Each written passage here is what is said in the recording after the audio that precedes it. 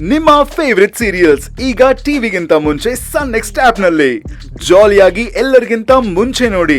ಈಗಲೇ ಸನ್ next app download ಮಾಡಿ ಮತ್ತು ಸಬ್ಸ್ಕ್ರೈಬ್ ಮಾಡ್ಕೊಳ್ಳಿ.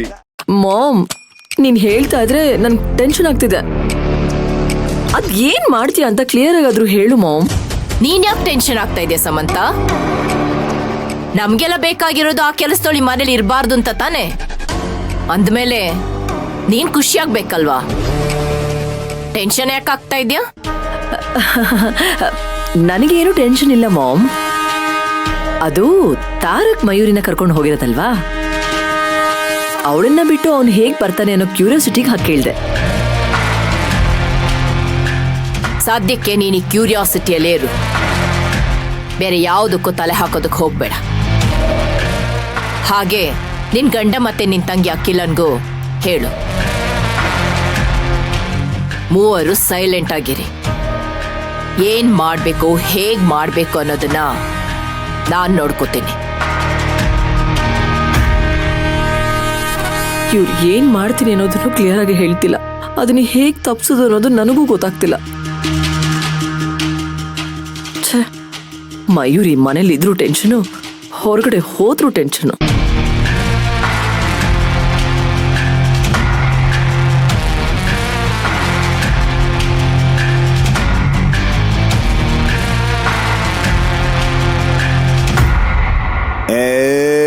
ದುರ್ಗಮ್ಮ, ಗಾಡ್ ಬ್ಲೆಸ್ಸರ್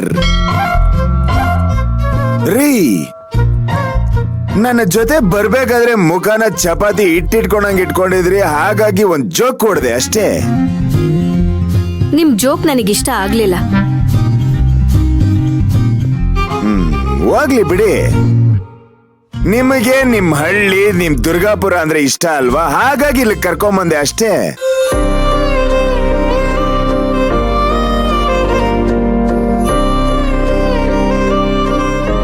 ಆಗ್ಲೇ ಹೇಳಿದ್ನಲ್ಲ, ನಮ್ಮೂರು ನಮ್ ಜನ ಅಂದ್ರೆ ಯಾರಿಗಾದ್ರೂ ಇಷ್ಟ ಆಗುತ್ತೆ ಅಲ್ವಾ? ಸ್ವಂತ ಊರು ಅನ್ನೋದು ನಮ್ಗೆ ಆನೆ ಬಲ ಇದ್ದಂಗೆ. ಎಷ್ಟೇ ಸವಾಲ್ ಬಂದ್ರು ನಮ್ಮೂರು ಅಂತ ಜೊತೆಗೆ ಯಾರಾದ್ರೂ ಇರ್ತಾರೆ ಅನ್ನೋ ಧೈರ್ಯ. ಆಗ ನಮ್ಗೆ ಯಾವ್ದು ಸವಾಲ್ ಅಂತ ಅನ್ಸೋದೇ ಇಲ್ಲ. ನಾವು ಊರಿಂದ ದೂರನೇ ಇರ್ಬೋದು, ಆದ್ರೆ ಜನರು ಮನ್ಸಿಗೆ ಹತ್ರವಾಗೇ ಇದ್ದೀವಿ. ನಾವಾಯ್ತು, ನಮ್ ತೋಟ ಆಯ್ತು ಅಂತ ಬದುಕೋದ್ರಲ್ಲೂ ಏನೋ ಒಂಥರ ಖುಷಿ ಇದೆ ಗೊತ್ತಾ? ನಿಮಗ್ ಗೊತ್ತಾ, ಮುಂದೆ ಒಂದು ಮಂಟಪ ಸಿಗುತ್ತೆ. ಅಲ್ಲಿ ನಾವು ಚಿಕ್ಕವರಿದ್ದಾಗ ಎಲ್ರೂ ಸೇರ್ಕೊಂಡು ಚೆನ್ನಾಗಿ ಆಟ ಆಡ್ತಿದ್ವಿ ಗೊತ್ತಾ? ಮರ ಹತ್ತದು, ಹಣ್ಣುಗಳನ್ನ ಕೀಳೋದು, ಲಂಗದಲ್ಲಿ ಅದನ್ನ ಬಚ್ಚಿಟ್ಕೊಂಡು ಎಲ್ರ ಜೊತೆ ಹಂಚ್ಕೊಂಡು ತಿನ್ನೋದು. ಅದನ್ನೆಲ್ಲ ನೆನೆಸ್ಕೊಂಡ್ರೆ ಮತ್ತೆ ವಯಸ್ಸಿಗೆ ವಾಪಸ್ ಹೋಗ್ಬೇಕು ಅಂತ ಅನ್ಸುತ್ತೆ.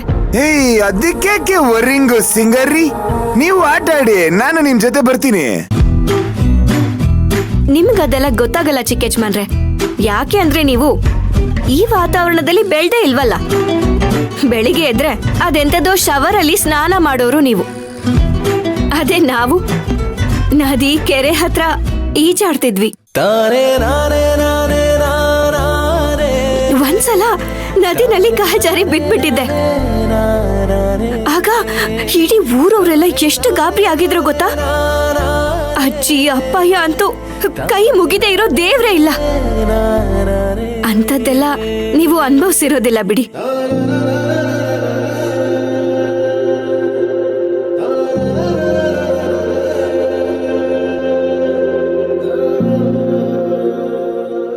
ನಮ್ಮೂರ್ನಲ್ಲಿರೋ ಹೊಲ ಗದ್ದೆ, ಅದ್ರಲ್ಲಿ ಬೆಳೆಯೋ ಅಕ್ಕಿ ರಾಗಿ, ಅದ್ರ ಸುವಾಸನೆ ಎಷ್ಟು ಚೆನ್ನಾಗಿರುತ್ತೆ ಗೊತ್ತಾ?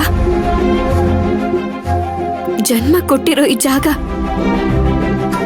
ಅನ್ನ ಕೊಟ್ಟಿರೋ ಈ ಮಣ್ಣು, ಹೆತ್ತ ತಾಯಿ ತರ ಪ್ರೀತಿ ಮಾಡೋ ಜನ, ಇವ್ರನ್ನೆಲ್ಲ ನೋಡೋದಿಕ್ಕೆ ಯಾರಿಗಿಷ್ಟ ಆಗೋದಿಲ್ಲ ಹೇಳಿ? ಬೆಂಗಳೂರಿನ ಬದುಕಲ್ಲಿ ಇದೆಲ್ಲ ಕೆಲವೊಬ್ಬರಿಗೆ ಅರ್ಥನೇ ಆಗಿರೋದಿಲ್ಲ. ಇತ್ತೀಚೆಗಂತೂ ಹಬ್ಬ ಹರಿದಿನ ಅಂತ ರಜಾ ಸಿಕ್ಕಿದ್ರೆ ಸಾಕು, ಸಿಟಿಯವರೆಲ್ಲ ಊರಿಗೆ ಏನಕ್ಕೆ ಬರ್ತಾರೆ ಹೇಳಿ? ಸ್ವಂತ ಮಣ್ಣು ಸ್ವರ್ಗಕ್ಕೆ ಸಮ ಅಂತ. ಆಕ್ಚುಲಿ ನೀವು ಹೇಳೋದು ನಿಜಾನೇ ರೀ. ಆದ್ರೆ ಏನ್ ಮಾಡ್ಲಿ, ನಮ್ ಜೀವನದಲ್ಲಿ ಈ ತರದ್ ಯಾವ ಅಟ್ಯಾಚ್ಮೆಂಟು ಇರ್ಲಿಲ್ಲ. ಚಿಕ್ಕ ವಯಸ್ಸಿಂದಾನು ಸ್ಕೂಲು, ಕಾಲೇಜು, ಆಫೀಸು, ಕಂಪನಿ ಇಷ್ಟರಲ್ಲೇ ಮುಗಿದೋಯ್ತು. ಈಗ ನನ್ನ ಜೀವನದಲ್ಲಿ ಡ್ಯಾಡ್ ಬಿಟ್ರೆ ಇನ್ಯಾರು ಇಷ್ಟ ಆಗೋದು ಇಲ್ಲ.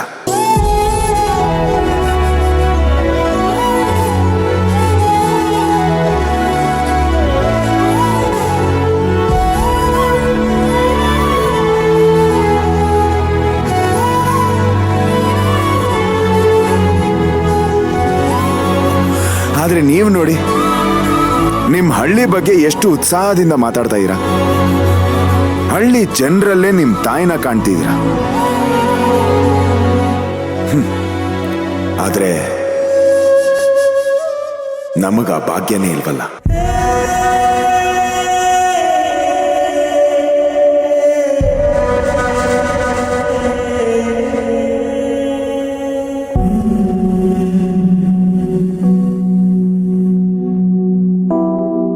ಯಾಕೆ ಹಾಗೆ ನೋಡ್ತಾ ಇದ್ದೀರಾ? ಸುಳ್ಳು ಹೇಳ್ತಿಲ್ಲ, ನಿಜಾನೇ ಹೇಳ್ತಿರೋದು. ನನಗೆ ಗೊತ್ತು ಚಿಕ್ಕ ಯಜಮಾನ್ರೆ, ಆದ್ರೆ ನೀವು ಯಾರ ಜೊತೆನೋ ಒಳ್ಳೆ ಬಾಂಧವ್ಯ ಇಟ್ಕೊಳ್ದೆ, ಒಳ್ಳೆ ಭಾವನೆಗಳನ್ನ ಬೆಳೆಸ್ಕೊಳ್ದೆ ಇರೋದಕ್ಕೆ ನಿಮ್ಗೆ ಸ್ವಂತ ಊರಿನ ಅನುಭವ ಸಿಕ್ಕಿಲ್ಲ. ಎಲ್ಲ ಸಮಯದಲ್ಲೂ ಮೌನವಾಗಿದ್ಬಿಡ್ತೀರಾ. Behind every silence there is an unexplained story ಅಂತ ಹೇಳ್ತಾರೆ. ಅಂದ್ರೆ ಪ್ರತಿಯೊಬ್ಬನ ಮೌನದಿಂದೇನು ಹೇಳ್ಕೊಳಕ್ಕಾಗ್ತಿರೋ ಕಥೆ ಇದೆ ಅಂತ ಅರ್ಥ.